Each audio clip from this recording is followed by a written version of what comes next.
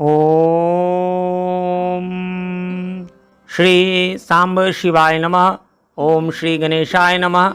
हे शिव भक्तों, आज हम लोग श्री शिव महापुराण में विद्वेश्वर संहिता का श्रवण करेंगे। अथ दशमोऽध्यायः सृष्टि स्थिति आदि 5 कृत्यों का प्रतिपादन। प्रणव एवं पंचाक्षर मंत्र की महत्ता, ब्रह्मा विष्णु द्वारा भगवान शिव की स्तुति तथा उनका अंतर्धान होना। ब्रह्मा और विष्णु बोले, हे प्रभो, हम दोनों को सृष्टि आदि 5 कृत्यों का लक्षण बताइए। शिवजी बोले, मेरे कृत्यों को समझना अत्यंत गहन है, तथापि मैं कृपा पूर्वक तुम दोनों को उनके विषय में बता रहा हूँ। हे ब्रह्मा और अच्युत, सृष्टि स्थिति संहार तिरोभाव और अनुग्रह, ये 5 ही मेरे जगत संबंधी कार्य हैं जो नित्य सिद्ध हैं। संसार की रचना का जो आरंभ है वह सर्ग है। मुझसे पालित होकर सृष्टि का सुस्थिर रूप से रहना ही उसकी स्थिति कहा गया है। उसका विनाश ही संहार है। प्राणों का उत्क्रमण ही तिरोभाव है। इन सब से छुटकारा मिल जाना ही मेरा अनुग्रह है। इस प्रकार मेरे 5 कृत्य हैं। इन मेरे कर्तव्यों को चुपचाप अन्य पंचभूतादि वहन करते रहते हैं, जैसे जल में पड़ने वाले गोपुर बिंब में आवागमन होता रहता है।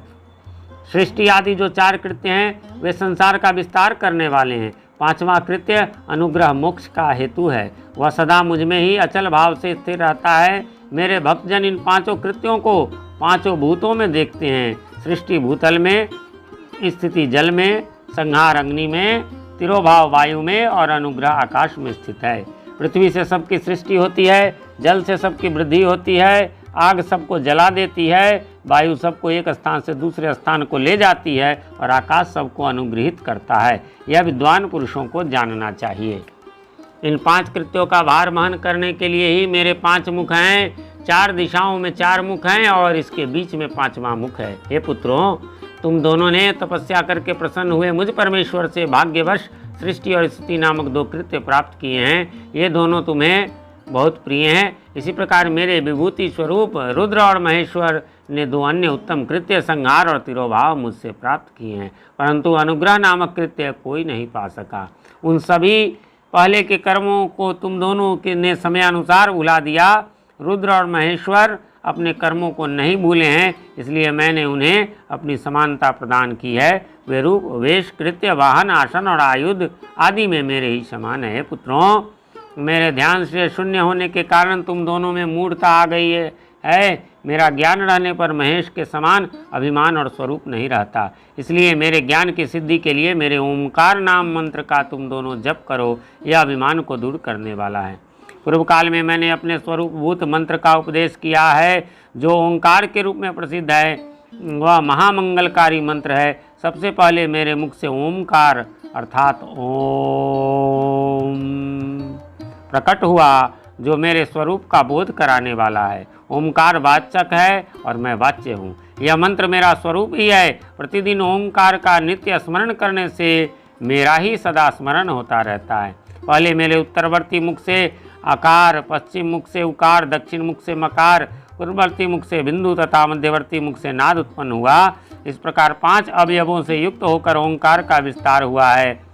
इन सभी अवयवों से एकीभूत होकर वह प्रणव ओम नामक एक अक्षर हो गया है। यह नाम रूपात्मक सारा जगत तथा वेद वर्णित स्त्री पुरुष वर्ग दोनों कुल इस प्रणव मंत्र से व्याप्त हैं। यह मंत्र शिव और शक्ति दोनों का बोधक है। इसी प्रणव से पंचाक्षर मंत्र की उत्पत्ति हुई है, जो मेरे सकल स्वरूप का बोधक है। वह आकार आदि क्रम से है और नकार आदि क्रम से क्रमशः प्रकाश में आया है। ओम नमः शिवाय। इस पंचाक्षर मंत्र से मातृका वर्ण प्रकट हुए हैं, जो 5 भेद वाले हैं। उसी से ये 5 भूत क्या है? अ, ई, उ, री, लड़ी, ये 5 मूलभूत स्वर हैं और व्यंजन भी 5 वर्णों से युक्त 5 वर्ग वाले हैं। तो उसी से शिरो मंत्र तथा 4 मुखों से त्रिपदा गायत्री का प्रकट हुआ है। उस गायत्री से संपूर्ण वेद प्रकट हुए हैं और उन वेदों से करोड़ों मंत्र निकले हैं। उन मंत्रों से भिन्न भिन्न कार्यों की सिद्धि होती है, परंतु इस प्रणव एवं पंचाक्षर से संपूर्ण मनोरथों की सिद्धि होती है। इस मूल मंत्र से भोग और मोक्ष दोनों ही सिद्ध होते हैं। मेरे सकल स्वरूप से संबंध रखने वाले सभी मंत्र आज साक्षात भोग प्रदान करने वाले और शुभ कारक हैं। नंदिकेश्वर बोले, तदनंतर जगदम्बा पार्वती के साथ बैठे हुए गुरुवर महादेव जी ने उत्तराभिमुख बैठे हुए ब्रह्मा और विष्णु को पर्दा करने वाले वस्त्र से आच्छादित करके उनके मस्तक पर अपना कर कमल रखकर धीरे धीरे उच्चारण करके उन्हें उत्तम मंत्र का उपदेश दिया। यंत्र तंत्र में बताई हुई विधि के पालन पूर्वक 3 बार मंत्र का उच्चारण करके भगवान शिव ने उन दोनों शिष्यों को मंत्र की दीक्षा दी। तत्पश्चात उन शिष्यों ने गुरु दक्षिणा के रूप में अपने आप को ही समर्पित कर दिया और दोनों हाथ जोड़कर उनके समीप खड़े हो उन देवश्रेष्ठ जगत गुरु का स्तवन किया। ब्रह्मा और विष्णु बोले, हे प्रभो, आप निष्कल रूप हैं, आपको नमस्कार है। आप निष्कल तेज से प्रकाशित होते हैं, आपको नमस्कार है। आप सबके स्वामी हैं, आपको नमस्कार है। आप सर्वात्मा को नमस्कार है, अथवा सकल स्वरूप आप महेश्वर को नमस्कार है। आप प्रणव के वाच्यार्थ हैं, आपको नमस्कार है। आप प्रणव लिंग वाले हैं, आपको नमस्कार है। सृष्टि पालन संहार तिरोभाव और अनुग्रह करने वाले, आपको नमस्कार है। आपके 5 मुख हैं, आपको नमस्कार है। पंच ब्रह्म स्वरूप 5 कृत्य वाले, आपको नमस्कार है। आप सबके आत्मा हैं, ब्रह्म हैं। आपके गुण और आपकी शक्तियाँ अनंत हैं, आपको नमस्कार है। आपके सकल और निष्कल 2 रूप हैं। आप सद्गुरु एवं शंभु हैं, आपको नमस्कार है। इन पद्यों द्वारा अपने गुरु महेश्वर की स्तुति करके ब्रह्मा और विष्णु ने उनके चरणों में प्रणाम किया। ईश्वर बोले, हे वत्सों, मैंने तुम दोनों से सारा तत्व कहा और दिखा दिया। तुम दोनों देवी के द्वारा उपदिष्ट प्रणव ओम, जो मेरा ही स्वरूप है, का निरंतर जप करो। इसके जप से ज्ञान स्थिर भाग्य सब कुछ सदा के लिए प्राप्त होता है। आर्द्रा नक्षत्र से युक्त चतुर्दशी को प्रणव का जप किया जाए तो वह अक्षय फल देने वाला होता है।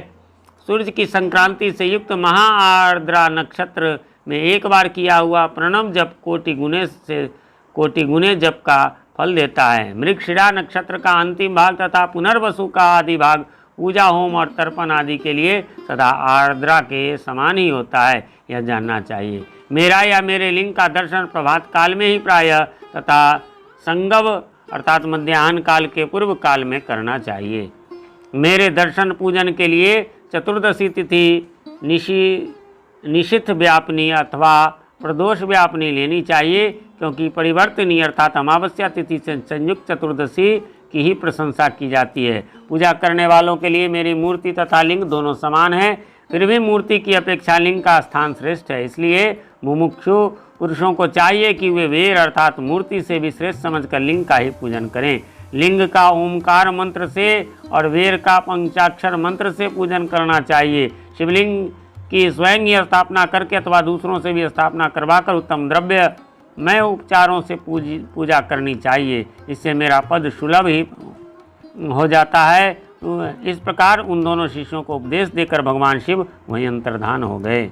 इस प्रकार श्री शिव महापुराण के अंतर्गत प्रथम विद्वेश्वर संहिता में ओमकारोपदेश का वर्णन नामक 10वां अध्याय पूर्ण हुआ।